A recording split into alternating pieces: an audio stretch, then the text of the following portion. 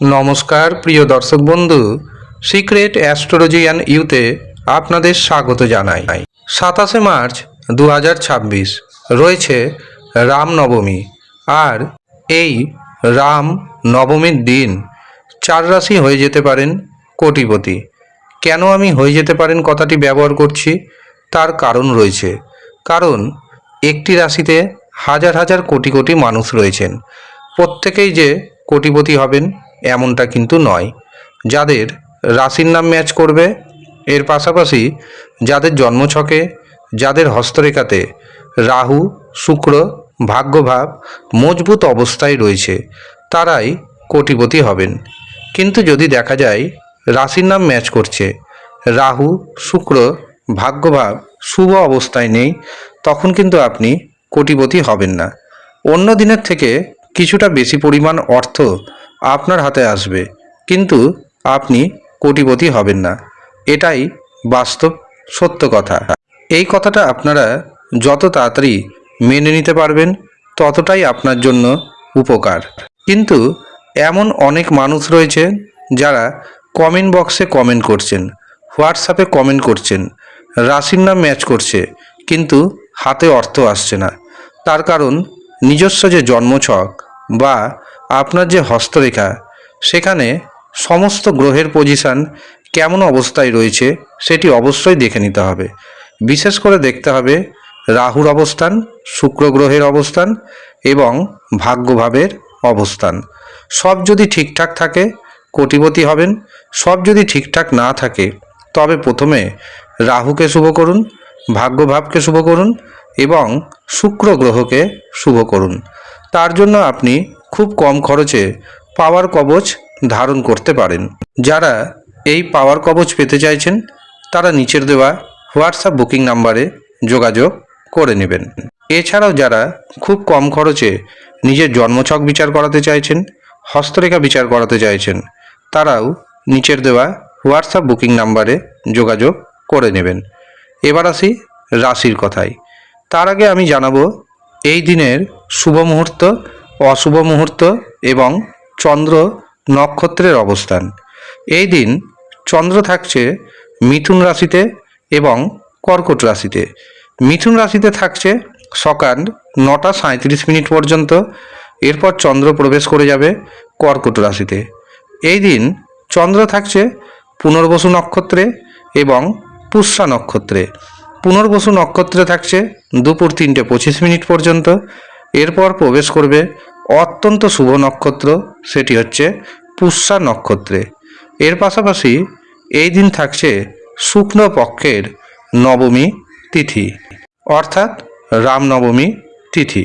যদিও এই দিন সকাল 10টা 9 শুরু হয়ে যাবে শুক্লপক্ষের দশমী তিথি।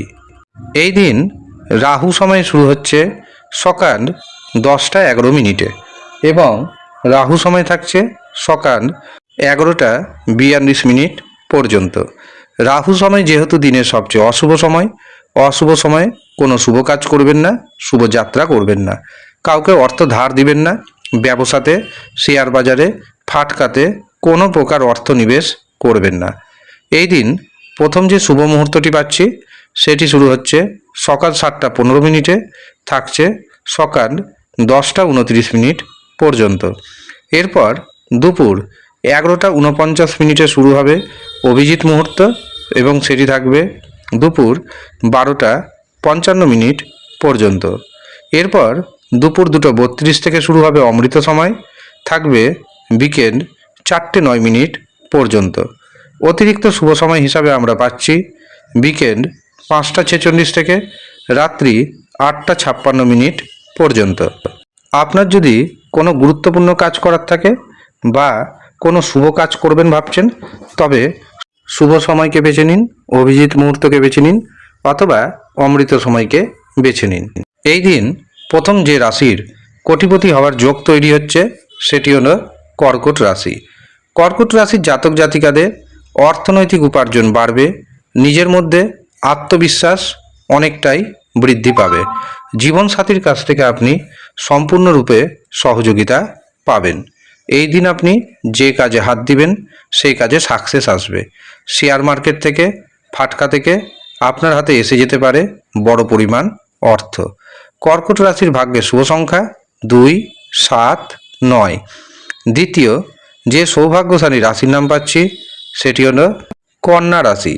কন্যা রাশির জাতক জাতিকাদের হাতে প্রচুর অর্থ আসবে শেয়ার মার্কেট থেকে, ফাটকা থেকে। একাধিক পথে অর্থ উপার্জন করতে পারবেন। সন্তান সুখ আসবে, সন্তানের ভাগ্যে আপনার ভাগ্যোন্নতি হবে। প্রেমিক প্রেমিকাদের জন্য অত্যন্ত শুভ যাবে আজকের দিনটি। কন্যা রাশির ভাগ্যের শুভ সংখ্যা 5, 8।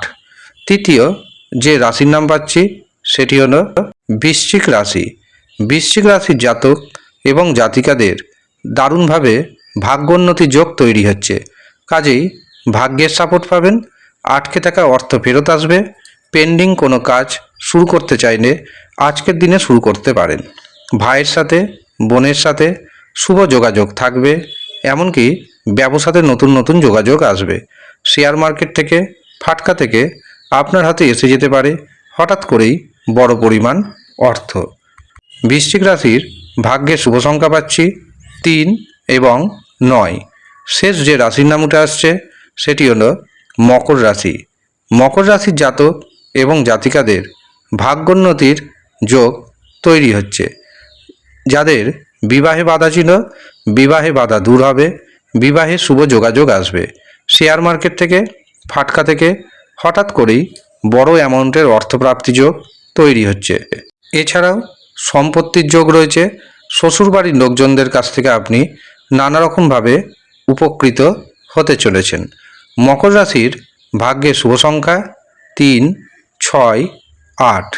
এই হচ্ছে সৌভাগ্যশালী 4 রাশির জাতক এবং জাতিকা। আপনি কোন রাশির জাতক অথবা জাতিকা আমাদের কমেন্ট বক্সে অবশ্যই কমেন্ট করে জানাবেন। আর যারা ব্যক্তিগতভাবে আমাকে দিয়ে জন্মছক বিচার করাবেন ভাবছেন, হস্তরেখা দেখাবেন ভাবছেন এবং কুষ্টি বিচার করাবেন ভাবছেন, অথবা বিবাহের জটক বিচার করাবেন ভাবছেন, তারা নিচের দেওয়া হোয়াটসঅ্যাপ বুকিং নাম্বারে যোগাযোগ করে নেবেন।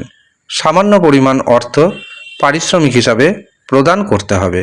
যারা ইচ্ছুক তারাই যোগাযোগ করবেন। তবে মনে রাখবেন এটি কোনো রকমভাবেই ফ্রি সার্ভিস নয়। ধন্যবাদ।